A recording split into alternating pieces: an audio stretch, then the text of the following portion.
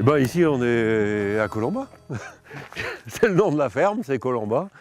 Et depuis plus de 2 ans maintenant, on est producteur de volailles label rouge pour la société LDC des éleveurs ardéchois. L'abattoir se trouve à Féline dans l'Ardèche, à côté d'Annonay.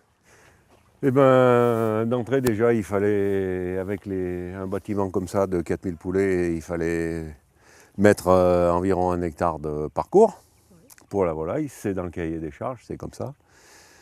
Donc on a essayé d'exploiter le parcours avec des céréales,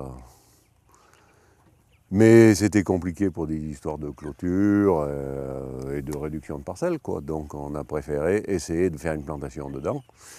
Et le châtaignier s'est imposé parce qu'il pousse naturellement ici dans les bois. La terre paraissait propice au moins sur une partie de la parcelle.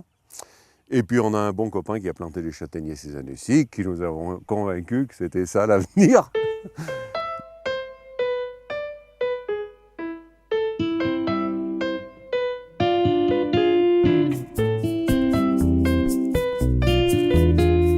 Ben, c'était, oui, exploiter de la châtaigne, et puis faire de l'ombre, et puis occuper le terrain, quoi. L'ombre, pareil que la volaille, eh ben, mais c'est vrai que l'été, quand il fait bien chaud, elle vient se mettre à l'ombre, elle gratte là, sous les arbres, elle recherche l'ombre, quoi.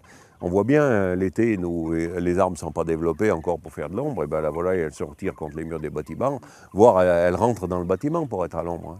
Après, est-ce que réellement ça va profiter, ça va faire de la chair, le fait qu'il soit à l'ombre? J'en suis pas convaincu, mais le bien-être, ça, il n'y a pas de doute.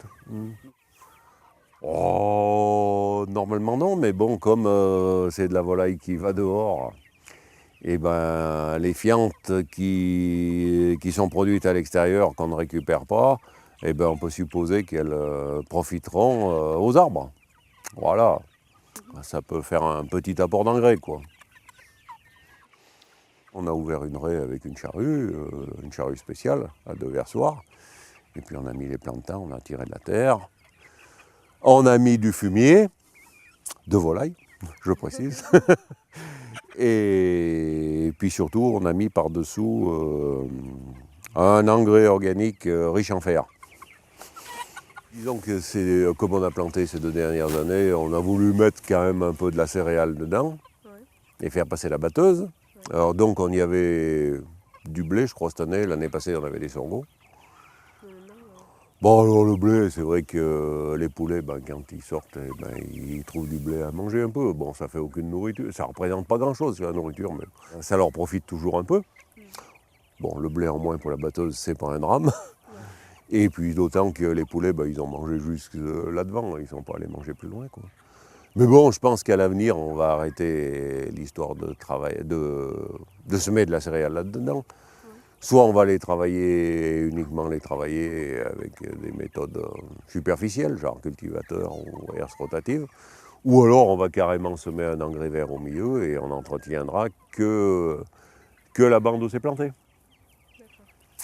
On va sûrement, je pense qu'on va semer un mélange jachère au milieu. Ouais. Ouais.